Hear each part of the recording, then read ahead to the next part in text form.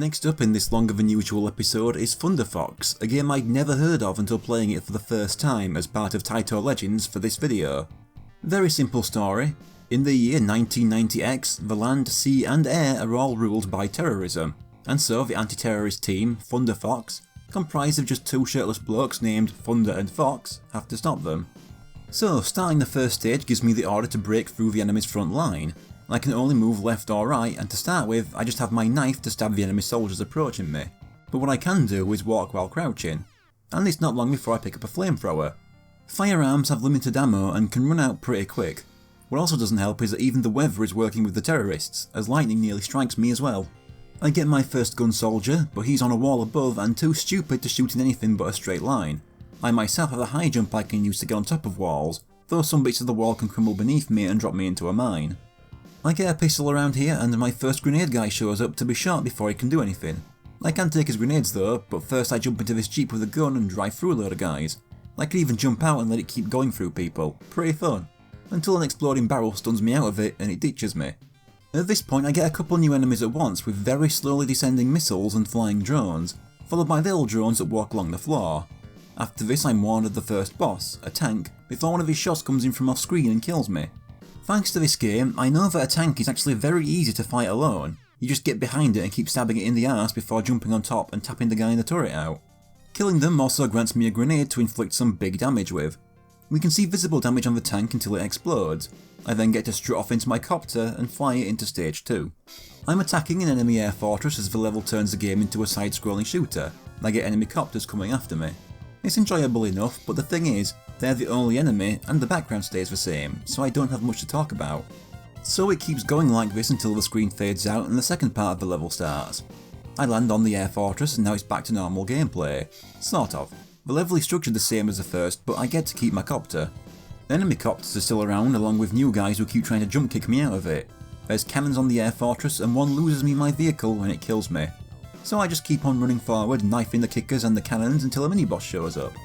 It's one guy in a big turret with a machine gun. I just jump on the top plane and knife his window until he dies. The turret explodes and I can climb inside. I now start heading left. I kill a new enemy for a machine gun, but I don't notice the open door and lose it immediately when I'm swept outside to my death. So next time I jump over it and ride a conveyor down to the next floor.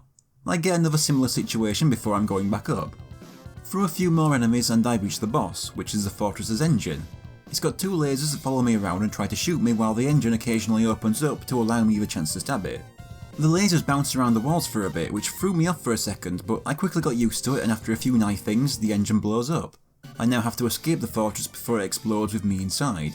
I climb down a ladder and lose some time trying to jump over an open door and failing. I climb down another ladder and across this pipe above a drop while debris falls on me. I ride another conveyor down and at the end I take another vehicle and escape. It's a jet ski and stage 3 has me ordered to infiltrate the enemy aircraft carrier. My jet ski has a gun and can jump so that I can avoid huge mines in the sea. At the same time I'm dealing with enemy jet skis and a helicopter above me unloading scuba ninjas trying to stab me from above. I do die once getting overwhelmed a little and jumping too late landing in a mine, but soon after I reach the carrier and jump on board. More soldiers with knives here and scuba guys jumping from the sea. The drones from stage 1 return as well. After travelling to the right a bit, a big guy with a spear shows up.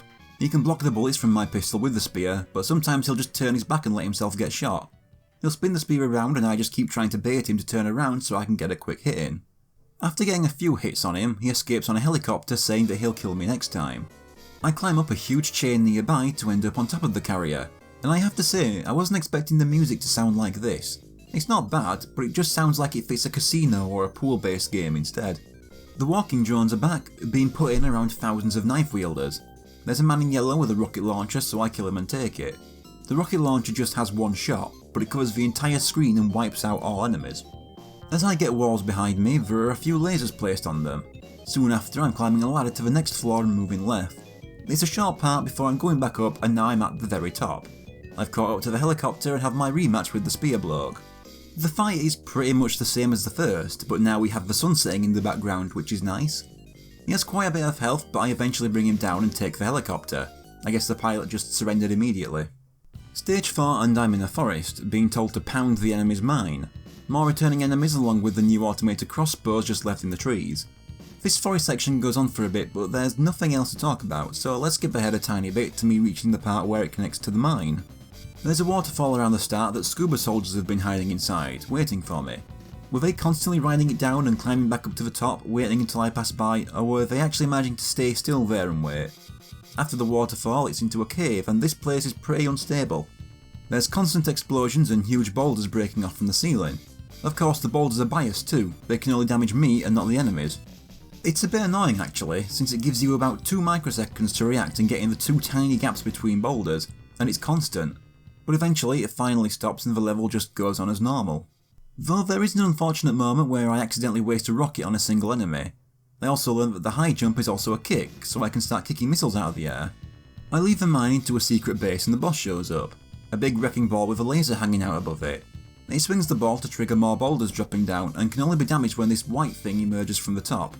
So I just stand against it doing sick flip kicks or stabbing it until it blows up. This is the first level that doesn't end with me stealing a vehicle. Stage 5 now, and my orders are to destroy the enemy headquarters. The usual soldiers are serious now, so they've dressed in red to show their fury. I managed to steal a jeep but crash it into a drone and blow it up in seconds. After the large group of knives, I get a huge wave of the jump kicking guys from the air fortress, and then it's a mixed wave of them both with missiles. I reach a warehouse and an armed vehicle comes out, but I kill the gunner and then grenade it to death. After that I enter the main HQ building. As I travel inside a bit, the floor crumbles beneath me and drops me into a sewer. I travel right some more, dealing with the same enemies until I can climb a ladder back out. I get in a lift, ride it to the next floor and start moving left. There's spiked crushers dropping from the ceiling, which must be a nightmare for the people who actually have to work there normally. After brute forcing through them and more enemies, it's another lift to the next floor.